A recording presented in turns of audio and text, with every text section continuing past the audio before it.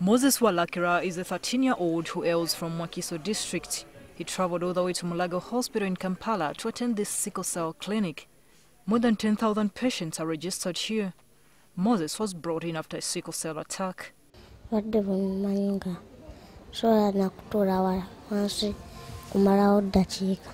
He says the pain intensifies when it gets cold. After a checkup, the health officials found he had a heart problem. Definitely, it is a burden. A burden that grows in 18-year-old Safina Naziwa's body, who got admitted to the daycare clinic with her baby. I take medicine for 2 diseases, and every day I take at least like 3 times. Sickle cell patients have to take medication for life. Every day for life. Either of the two conditions keep bringing her back to the sickle-cell clinic. It's been too much. The pain is too much for me. Dr. Philip Cassidy is a pediatrician who heads the sickle-cell clinic at Mulago National Referral Hospital. He says the most common manifestation of sickle cell is pain if any part of the body is deprived of blood. The other one may be reduced function. Some of them may have stroke if it involves the brain. Others may have other complications in the bones. So part of that bone may actually die. When the abnormal cells are destroyed and they get anemic, most times the patients need blood transfusion. The patients are fragile. For someone having sickle cell, it is imperative that they do not get infections, especially malaria. Malaria naturally destroys the red blood cells. Now when it comes to sickler, the effect is worse. At the hospital, they are given Fancida tablets monthly, depending on one's age. Protect them against the malaria infections. But we advise at family level people to use them insecticide-treated bed nets, and as well as the other measures. They're also at a high risk of getting strep pneumonia, the leading cause of pneumonia in children under 5. We need to have them immunized. While the countrywide approach is to immunize children under 1 year, those with sickle cell under 2 are also immunized. Another infectious disease that Dr. Phelps says he wouldn't want to envisage in a sickle cell patient is HIV. Because both of them require a lot of medication, daily medication throughout your lifetime. Okay? And these medicines are not palatable, they are not tasty, they are not easy to take. They have side effects. Dr. Phelps says that routine blood transfusions, which are part of the main treatment of sickle cell anemia, are always double-checked for safety. About 25,000 babies in Uganda are born with sickle cell annually. Dr. Phelps says 50 new patients are registered every month at Mulago Hospital, a figure that he describes as unacceptably high.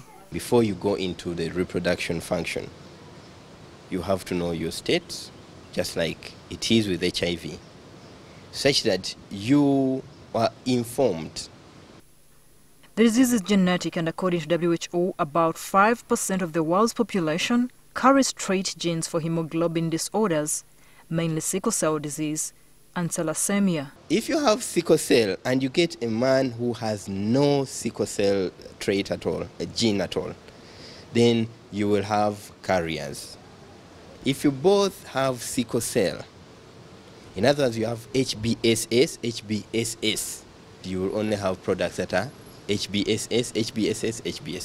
Prevention of infection through proper hygiene and sanitation is also vital. Be well hydrated. Once these cells that have sickle cell hemoglobin, one of the things that they are sticky, they are brittle. So one of the things to undo that stickiness, that clumping together, is a good state of hydration.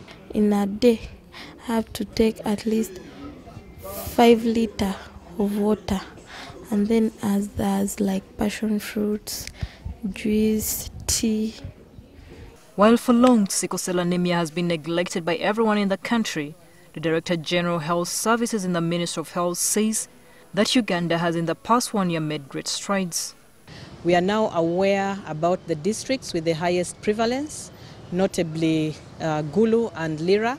And we have gone ahead to launch screening programs as well as treatment programs in these 2 districts. We are hopeful that in the very near term, we shall roll out the program to the entire country. Research regarding treatments by hydroxyurea is ongoing in the country by researchers from the University of Cincinnati and Makerere University.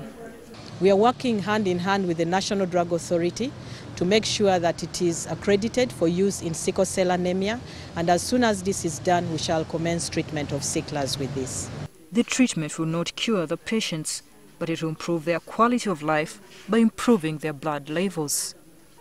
Bone marrow transplant is the only known cure for now.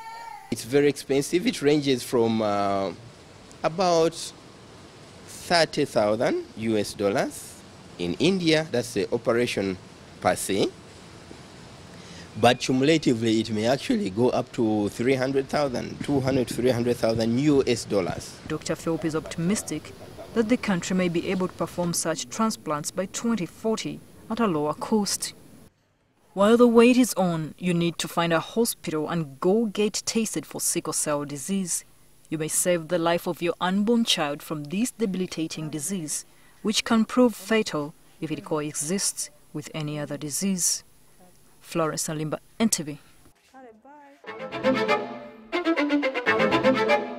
Bye.